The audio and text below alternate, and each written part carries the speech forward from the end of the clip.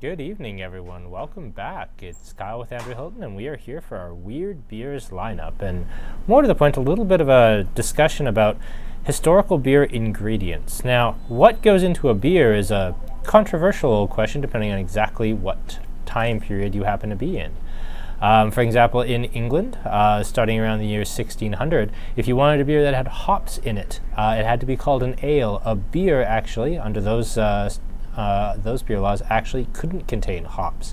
Whereas under the Reinheitsgebot from Bavaria, beginning in the year 1516, which is also known as the Bavarian Purity Law of 1516, which Okanagan Spring pushed the heck out of when they were marketing their absolutely awful lager a few years back.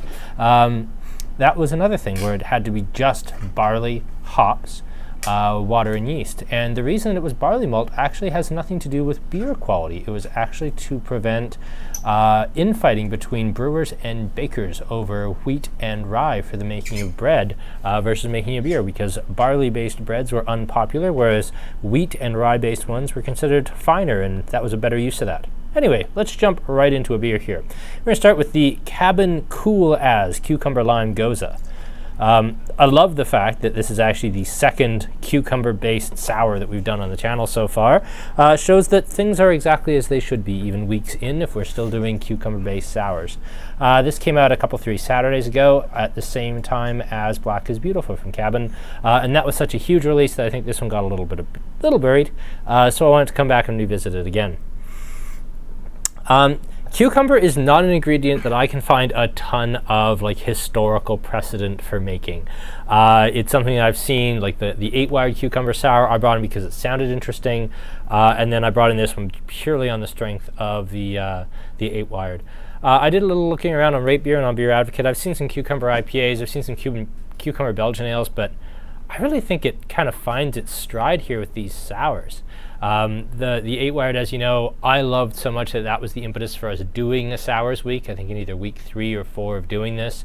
And then this I had to get into the lineup as soon as humanly possible. This, along with the Lavender, actually was the impetus for doing weird beers this week.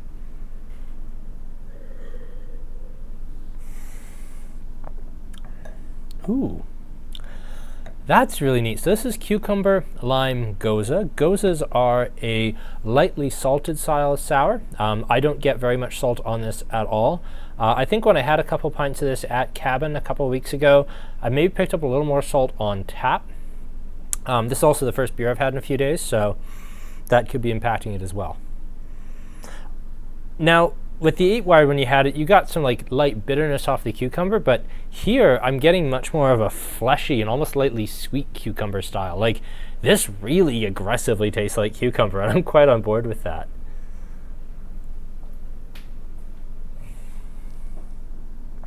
So while we're talking about this, let's drift back briefly to the Reinheitsgebot, or the Bavarian Purity Law of 1516, and what that meant for brewers. Now, for Bavaria, it was two things. First off, it did actually create a quality standard, yes, and it did free up more wheat and rye for the baking industry. But it also included some price protections. It actually set a maximum price that breweries could charge for their beer, and it capped price gouging on, say one particular brewery was going absolutely nuts. They couldn't, aggressively overprice the beer. So that was another aspect of it. But beyond that, when Germany began to unify, one of the actual things that Bavaria absolutely insisted on when Germany began to reunify, to join up with a greater Germany, Bavaria absolutely insisted the Bavarian Purity Law, or Reinheitsgebot, be applied across the entire country. Now, as you can imagine, some of the northern German brewers who were doing things like ales and spiced beers and salted beers and things like Berliner Weiss, which of course included wheat, they were not desperately keen on this whole Bavarian Purity Law idea. So they said, well, no, we aren't thrilled with this, and they actually fought it really, really aggressively hard. So although it was actually in the printing when they actually joined Germany, pretty much the second that the ink was dry, Germany turned around and said, well, okay, we're not actually going to force them to do that, but for any ingredients they add to the beer that isn't one of the 4 core ingredients, then they have to tax it. So yeah, it became this Bavarian beer became cheaper by far. And then that Bavarian Purity Law ended up copied all over the world. Tsingtao ended up being, when they were founded in China, they actually voluntarily went straight to the Bavarian purity law. A lot of the Mexican breweries were set up by German and Austrian expats, so a lot of the Mexican brewing industry was actually set up under the Bavarian purity law, which is why Negro Modelo is basically a Vienna lager to this day. And again, a lot of that transited, at least early, into the North American brewing scene.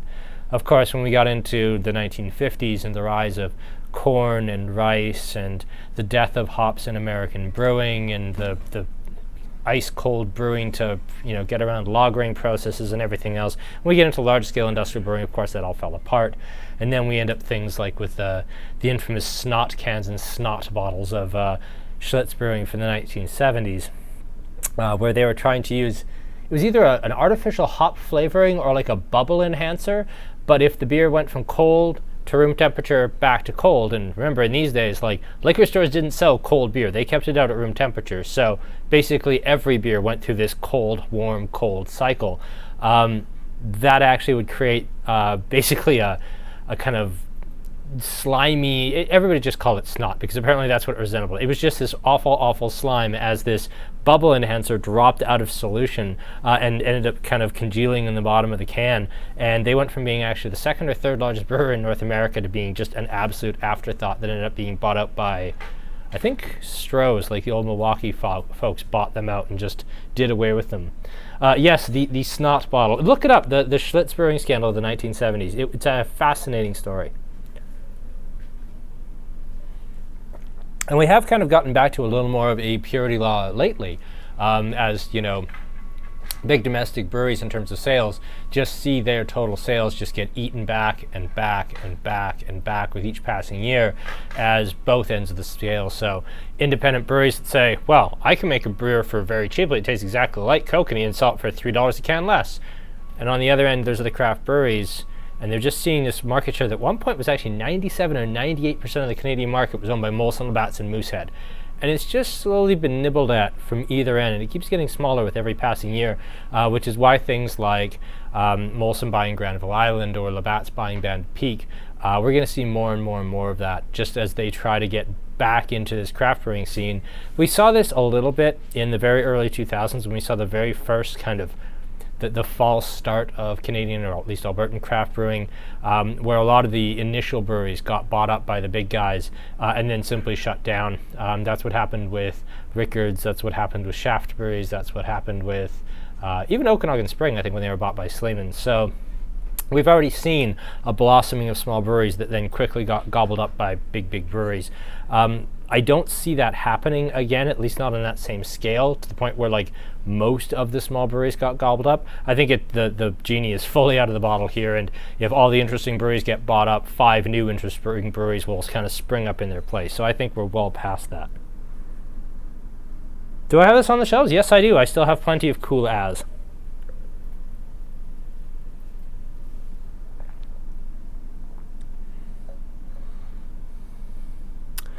And yes, Banded Peak, I think it was about exactly a year ago, got bought by Labatt's. We've done a Banded Peak beer on the channel. The Mount Crushmore is a Banded Peak product. They did that during the Pilsner's week. And they continue to make excellent beers. I will stand right behind Mount Crushmore and especially the Microburst Hazy IPA. I think they're both excellent beers. But they are owned, I think, just entirely lock, stock, and barrel by Labatt's these days. So that is a thing that's happening. Okay, let's jump on here. So this is by Moody Ales. First time we've had a Moody beer on the channel, actually. These guys are out of Port Moody, BC, and this is their Lavender Sour. So they're doing this with a combination of ale yeast and a lactobacillus culture to give it the tartness.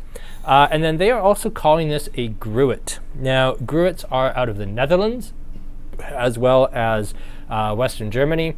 This was a very old beer style going back to about the 10th century that kind of predates broad scale hops being used as kind of the only flavoring, only preservative component of making a beer.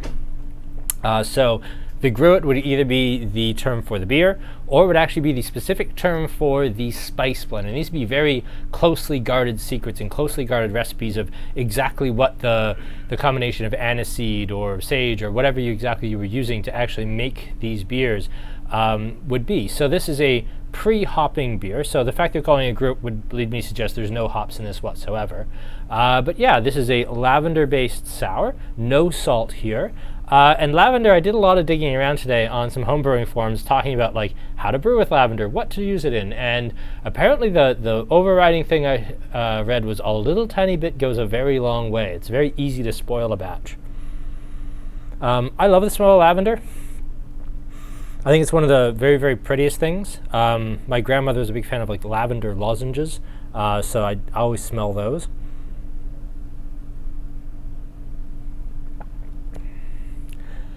And when you get it in the mouth, I get kind of like strawberry rhubarb, and then the floral component comes through.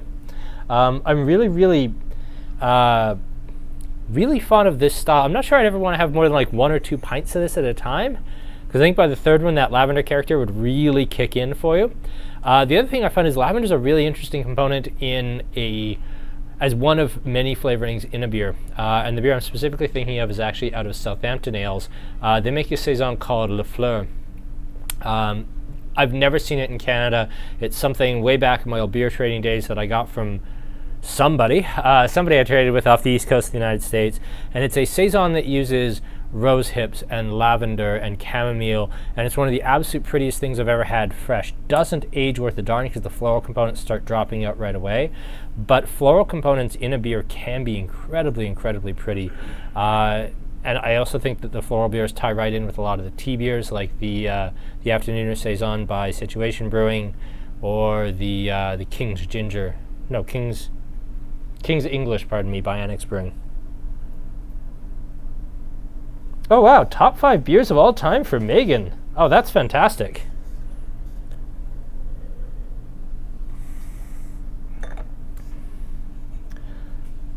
I didn't pick out the apples, Scotty, but you're absolutely right. And it's like apple pie apples, isn't it? It's like a baked apple character.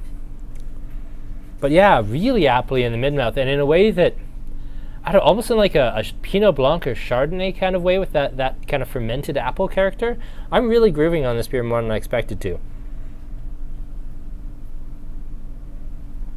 This wasn't my first time having this. I think when we first got it, we threw it on the mix for, and somebody, probably Mike, bought a can and shared it around with everybody.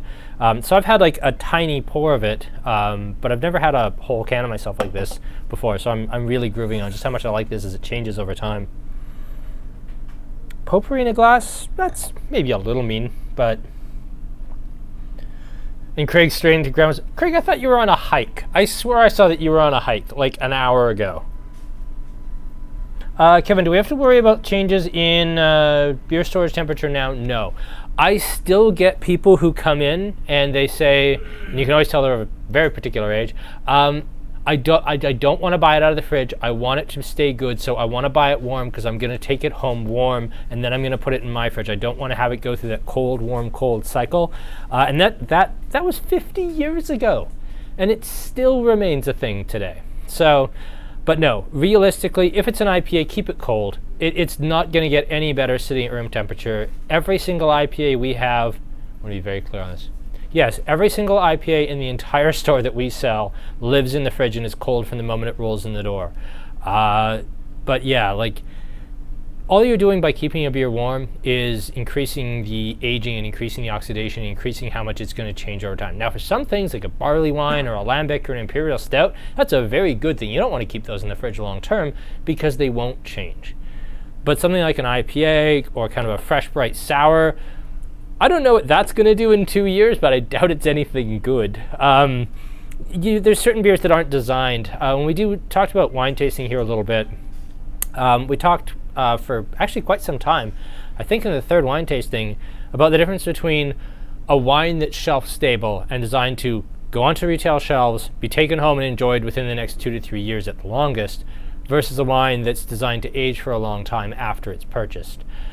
There are beers that are designed for longer term aging. A few barley wines, lambics, some other like bigger styles, but by and large, most beer is designed to be consumed pretty much within, minutes of it hitting the shelf, up to a couple of 3 months. I don't really feel that, would any of these potentially be better? Okay, not the IPA. There are people who will say IPA tastes better with age. They're idiots and wrong. We're not even going to entertain their nonsense. But could any of these be better in a year? They'll certainly be different. Could this in a year be absolute lightning in a bottle? Maybe, but probably not. These are not the intended design. My grandfather used to chuck Beaujolais Nouveau under his stairs and age it. 99 times out of 100 it was garbage, and every now and again there'd be something really cool. But it's not what's intended.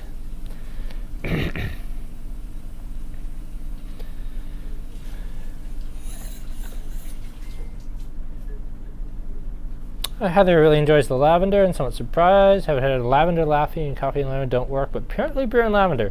I've also had like a lavender latte, and I enjoy a London fog, and I thought that lavender latte was going to work a lot better than it actually did. I think I like the idea of it more than I actually like the product.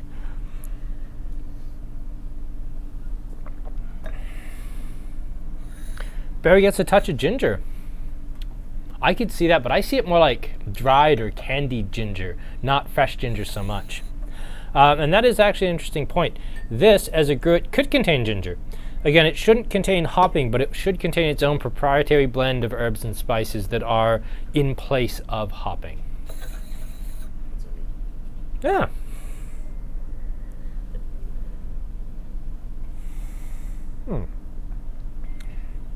Now, the next two beers we have tasted before on the channel. That's kind of unavoidable at this point. We get a lot of new beers every week, but not quite enough to keep doing new beers every single time. Not only with the fact that very often some of these new beers we only get a flat and that's all we're allowed, or maybe 2 flats.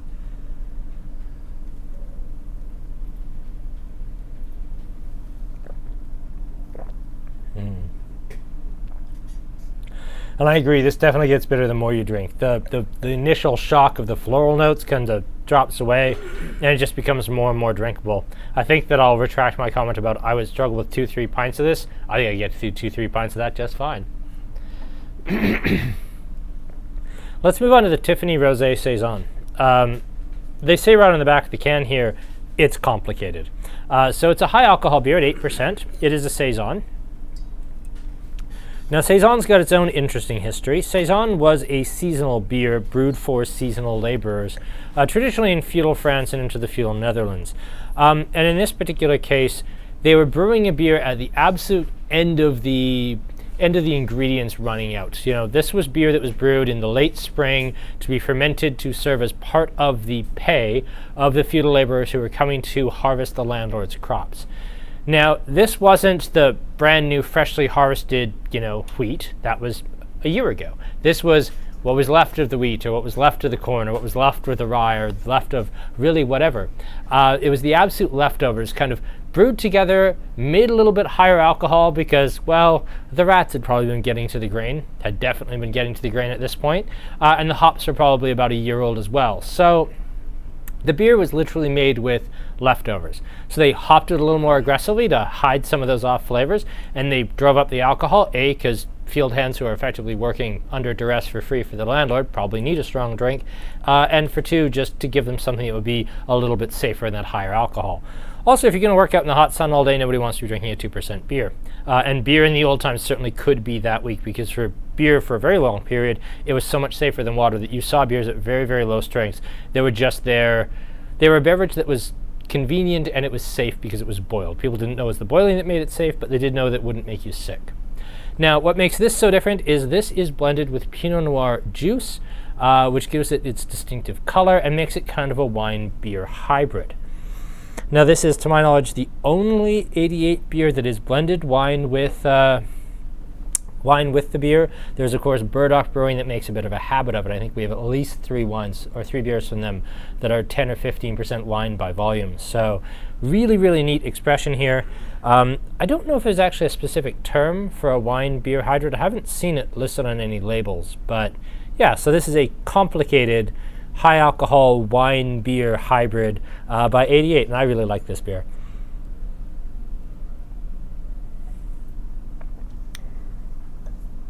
And the peasants rejoice. I'm certainly rejoicing. Yeah, I don't think, Chadia, it is like a sparkling wine. I think that's a really fair comment, because there's not that much Pinot Noir to this. There can't be. If only because the alcohol is only 8%. But it comes through really, really strongly. I do immediately get like the peppery, lightly phenolic Belgian yeast. if I was a betting man, I would put my money on Thierry or French Saison yeast here. And then I get some really nice, pretty dryness from the hopping. This is at 24 IBU, so there's definitely some hops here.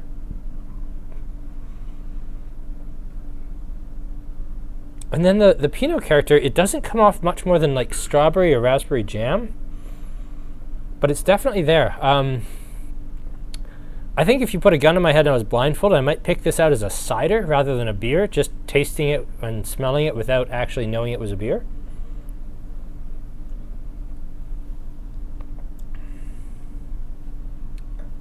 I love how spicy that is right at the back. Citrus in the yeast, I would guess, or maybe citrus in the hopping. What I get more from the yeast is kind of that bright, steely soapstone, that nice, spicy phenolic pepper character, maybe slightly something oily, almost like mineral oil. That's all coming off that really cool Belgian yeast.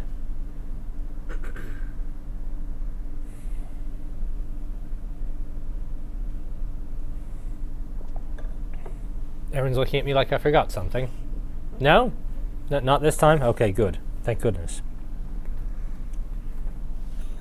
So, compared to the Reinheitsgebot, where they were so very careful with, this is what you must add, I really like Saison, which was very just like, oh yeah, we have to make beer for the field hands. What have we got lying around? And I love that it was just so different and so kind of offbeat and very relaxed. And I love that style has really carried through into modern days. Like I used to do a lot of homebrewing, and a lot of the homebrewing manuals, you get to the page of Saison, it's like, really just do what you want. You want to put wheat in it? Great. You want to put triticale in there? I have no idea if that's going to work or not, but you go on, you mad bastard. It's just one of those brilliant, very open-ended, very relaxed styles of beer brewing that I think opens itself up to such incredible experimentation. I'm always saddened when I see somebody who's just brewed like a Saison and it's 4% alcohol and it used Belgian yeast and barley and maybe a bit of rye, and they haven't done anything really challenging with it. You can do so much with Saison because there really are no rules, and I love that. So where do you get the Establishment Brewing Company glass? You can get it at the Establishment Brewing Company, which is where I got mine. And they didn't even give me these. I had to pay for them. But I really like the shape. They're actually very similar to the shape of glass that I use for the wine tasting. But unfortunately, those glasses are a good bit more fragile than these. And I think we've now broken 3 of them in the weeks that we've been doing the online wine tastings. They are not cheap glasses. So we're using these because they hold up better. Plus, they have the really cool, like, all of the different establishment logos kind of blended into one graphic, which I really, really like.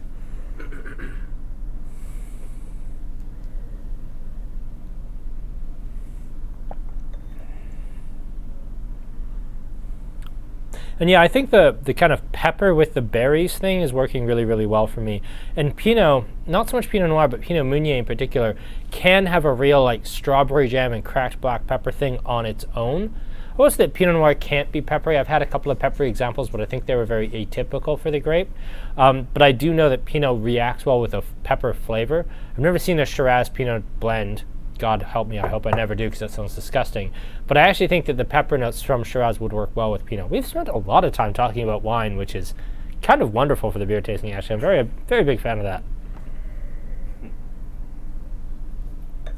Oh, the hand's fine.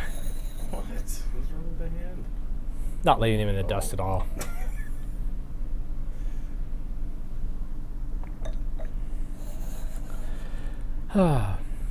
So I think we'll talk a little bit about what we've got coming up next week here. No wine tasting this Friday, of course, because we're going bi-weekly for the wine tasting, so that'll come back up next week. But we have a beer tasting, and a very fun beer tasting, which I did tease last week, and then promptly wasn't able to follow through.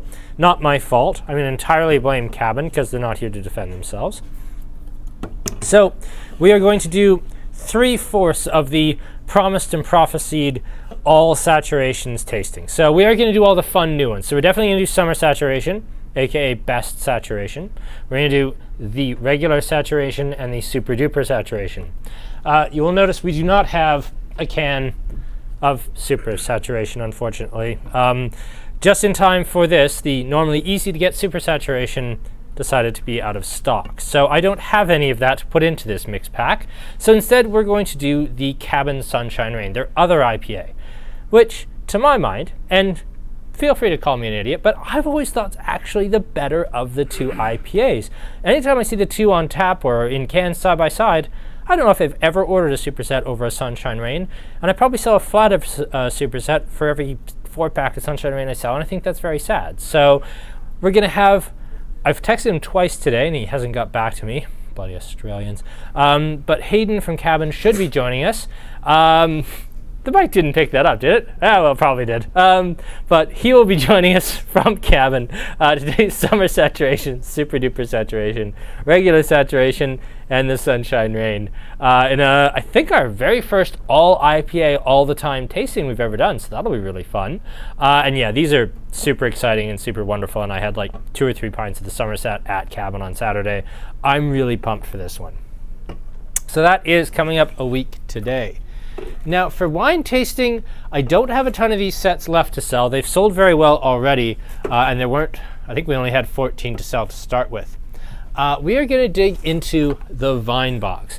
Now, these were something that we brought out at Christmas time, and you get inside, they're kind of a mini advent calendar idea, you get 12 of these really cool little glass tubes full of wine, and really cool wine.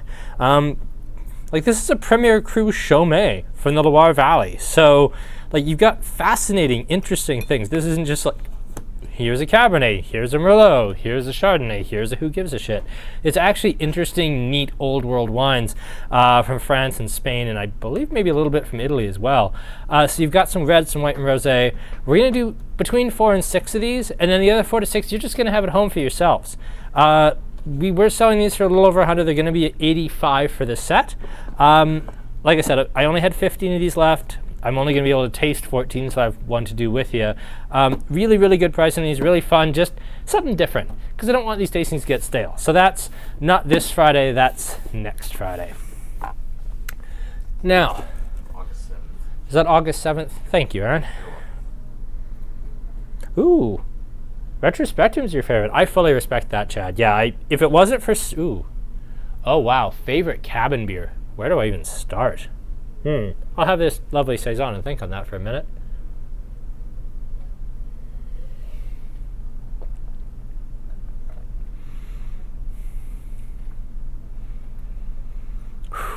Okay, I've got to do a top 3 for the cabin stuff. I can't just name one.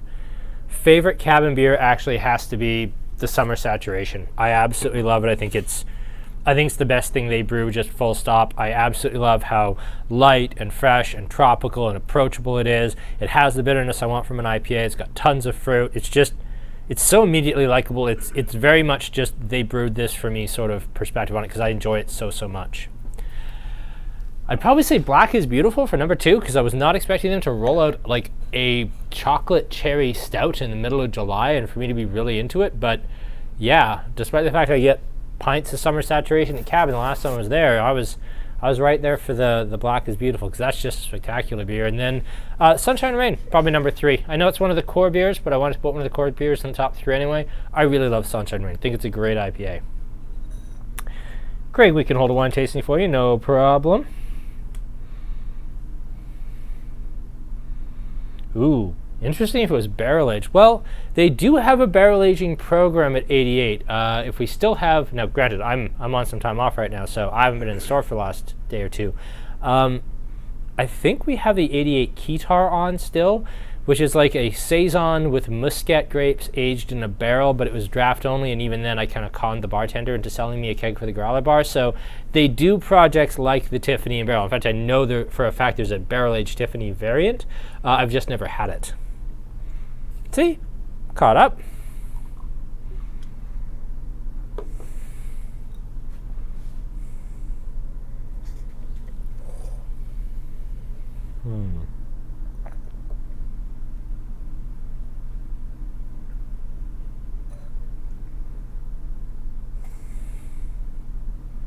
And yes, John, I'll put one of those aside for you too.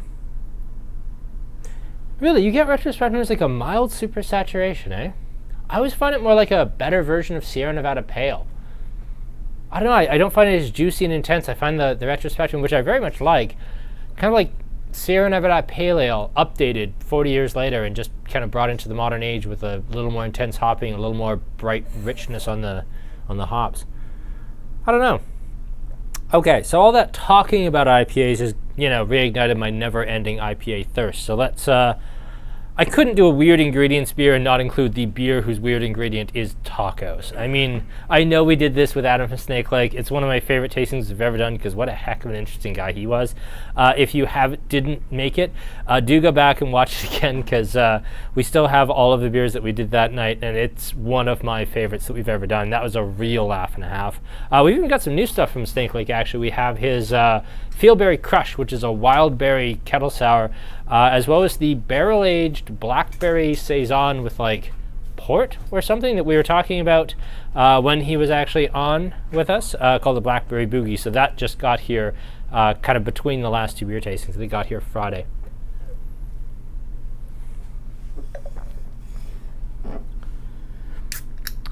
Is Cabin the tops of the craft brew scene in Alberta? Ooh. You realize I have to work with all these people, right, Craig? Cabin's absolutely in my top 5. I think I'm going to give the top spot to Establishment, though. Yeah, because even beers and styles I don't like the Munich Gold they did, which is not a style I enjoy at all. I absolutely love that beer. Their IPAs, every time I go back to them, I'm surprised how good they are. They made that Left My Wallet in El Segundo, like the pineapple sour smoked, which sounds appalling and yet is one of the best beers I had this summer. And like, I get to drink a lot of cool beers, not just with you folks, but like just generally. No, everything Establishment touches just kind of turns to gold for me, and I gotta go with them. Although, man, the top 5, top 6 is really, really, really tight. Yeah, Kevin, I'm with you. Like, if we're gonna go, like, let's just say top 6, because you can't pick anyone not in this list of 6. But 6 breweries in absolutely no order whatsoever. Yeah, would be Cabin 88, Establishment, yes. And then I'd loop in Blind Man, obviously, SYC out of Edmonton, and then Snake Lake as well. Because they've just been on fire. Like, the new Fieldberry Crush is great. The Brighter Horizons was fantastic. The Taco IPA that's in all our glasses is, what a hell of an IPA. And then like things like the Blackberry Boogie and the Party Queen and their Farmhouse Pale with Brett, like just the hits go on and on and on. I really like what Snake Lake's been doing. Also, Central Alberta, didn't know that was going to turn out to be such a hotbed for tiny towns with great brewing. Lorraine, yes we can, absolutely. So it's Lorraine, Craig, and John and Clean, who all want a wine box. I'll have those set aside. And for Scotty, pardon me, 4. No problem. Okay, so let's jump into the history of this. So the head brewer at Snake Lake, his nickname is Taco. So this is a New England IPA with additions of flaked maize, tortilla chips, salt, and lime zest. So happily no meat added, but that was a little story I wanted to get to when we were talking about weird adjuncts. One of my favorite stories just from beer in general is a very, very, very old English beer style that was prevalent in the 16th and 17th centuries that actually shows up in one of... Did I lose my bloody bookmark? Oh, bloody genius me. There we go. Shows up in Kenelm Digby's cookbook. Now, cookbooks have been around for a very, very long time, dating back to the last days kind of the Roman Empire. But Kenelm Digby's a really interesting individual. He wrote like philosophical treatises. He kind of arguably invented the modern kind of greenish brown glass wine bottle, or at least the export wine bottle, in the sense that he actually made the glass strong enough to withstand export. And he published a cookbook. And in that, he invented or rather included, he didn't invent, it was a common beer style at the time. He included a recipe for cock ale. Yes, you heard me right. And in this case, we're using the term meaning a rooster, preferably an old rooster, one that had kind of lived a full life and was now ready to be turned into beer. So, published in the mid-17th century, about 1669, take 8 gallons of ale, take a cock and boil them well, then take 4 pounds of raisins of the sun well stoned, 2 or 3 nutmegs, 3 or 4 flakes of mace, half a pound of dates, and beat all of these in a mortar and put them into 2 quarts of the best sack or sherry. And when the ale is finished fermenting, put these in and stop it close 6 or 7 days, then bottle it, and in a month you can drink it. That sounds disgusting, quite honestly. But is that really that much stranger than any of this? I'd say inarguably adding like cooked meat and a fully broken down rooster into bits that you've put through a whole mortar and pestle thing, that sounds worse. Whenever I hear people say, oh, well, modern craft brewing's gone too far, it's gone too strange, this is totally ahistorical. No, it's not. People have been putting absolutely mad things into beer to make it taste better and being experimental with it forever. So a taco IPA, that's absolutely in line with 1,000 years of experimentation in brewing.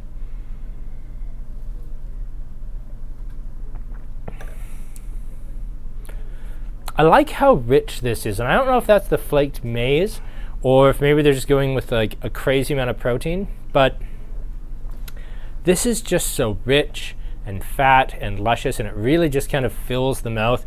This actually has less alcohol than the Tiffany, and I don't know whether it's the Pinot Noir acidity that kind of broke up the body of this, or maybe it was kind of that dry, peppery finish. But this just feels fat in my mouth, and I'm really here for that. This is soft, and it's juicy, and it's rich, and it's got so much going on. This is just classically good IPA. Interestingly, this really has changed. Aaron, when did we have Adam on? 4 weeks ago? 3 weeks ago from Snake Lake? Mm-hmm. Yeah, about that.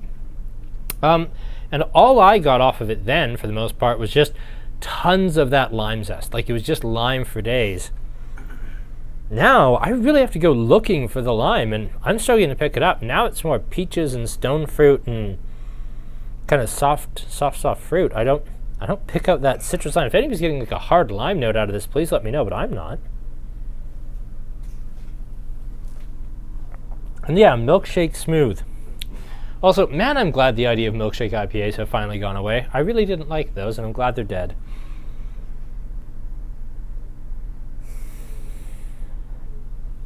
Yeah, well-rounded, interesting, lots going on.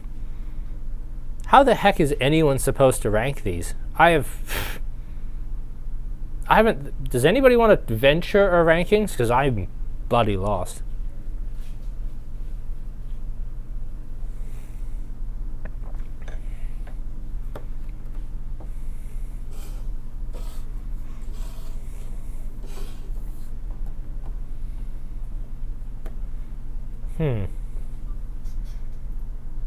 Have you had all 4 yet? That would be a no.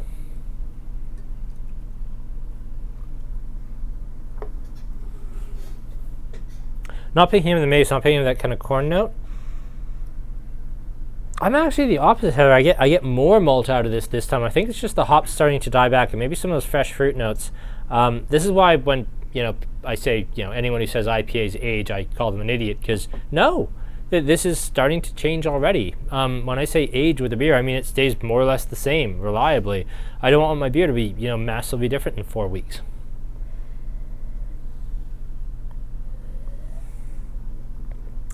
This is from sitting. The Brighter Horizons, I think the last couple of 3-4 packs of the previous batch are now sold, but we got a fresh batch of that last week when we got the Fieldberry Crush and the Blackberry Boogie.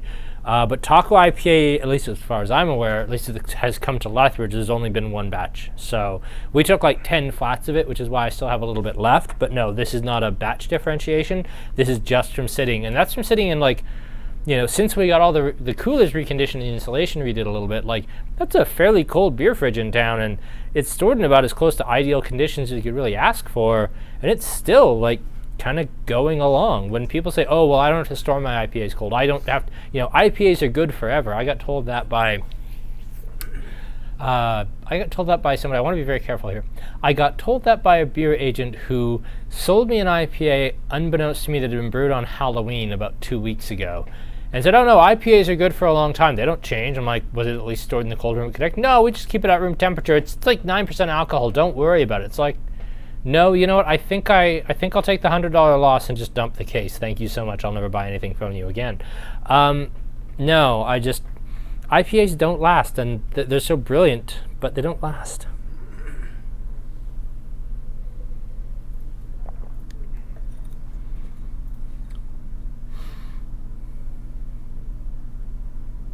You feel like there was more lime last time. Yes, Kevin, you're clearly watching with the sound off because I spent like 2 minutes talking about that. Yes, I don't get anywhere near as much lime.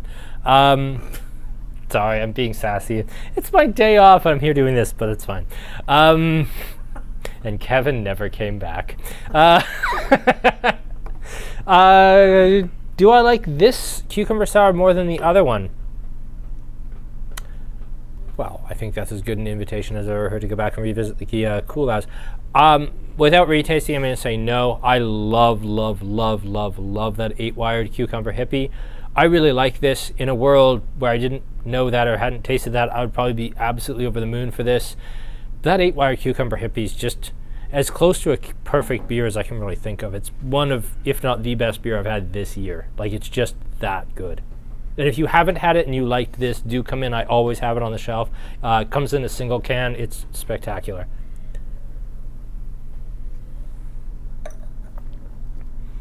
Two, 3, 1, 4.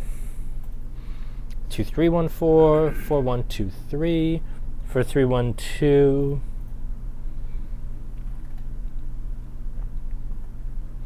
4, 1, 2, 3. Got a lot of love for the taco. I'm going to be really unusual here. I'm going to give it to the bloody lavender sour, which is not how I expected tonight to go. I'll be honest, I was excited to talk about this and always happy to revisit Tiffany. I love this beer.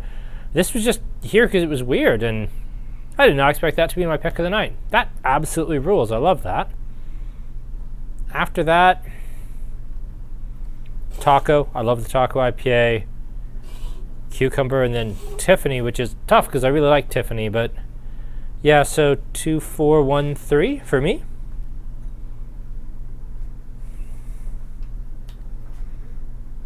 Yes, if you've ever been to a brewery, you can always tell a good brewery from a bad because a good brewery will have all of their hops like in airtight bags, packed in foil in the freezer. Bad breweries will be like, there's our hop pile, and it's just like hop pellets open to the air, sitting on a shelf, maybe in a fridge. I've been to quite a few breweries where it's like, this is our hops room, and it's just like open sacks of hops sitting in a lightly cold room. And it's like, well, I will not be having an IPA here. Thank you so much.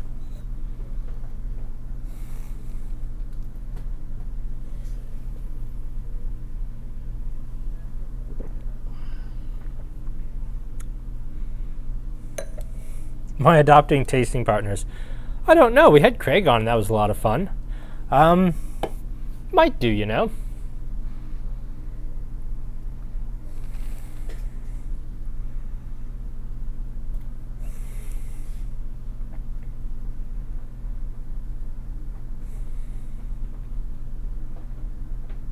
The cucumber on the, I will say this, you know, the Cool As, I've spent a lot of time, unfortunately, talking about the 8-wired and how much I love it, but the amount of cucumber I get off the cabin and how much it smells exactly like cucumber is really impressive. Like, this is reminding me really strongly of like sushi rolls that have cucumber in it, and it smells exactly like that.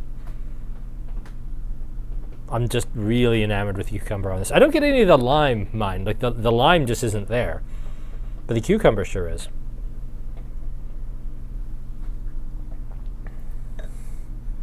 Okay, I think. Oh, wow. Yeah, apparently I have the same rankings as Craig. That never changes. That never happens. That never happens at all. But I think, Aaron, I think we're done. I think that's going to do it. Sure. We were out fairly quickly tonight. But yeah, I think we've said all that needs to be said. We've got cabin saturation tasting next week. It's a bloody burning hot night out there. I don't want to go back out in the heat, but I suppose we kind of have to. Yeah, I think we're there, folks. Thank you very much for joining us. This was a lot of fun. I learned something about these. I did not expect to love that so much. We all got to see how much the taco IPA had changed. And yeah, we tasted some really wild, different things. It was a lot of fun. I hope we scared at least one person. Maybe not, but I'd like to think we did. In the meantime, though, thank you all so much for joining me. I'm Kyle from Andrew Hilton Wine and Spirits, and this has been Weird Beers. Thank you very much, and good night.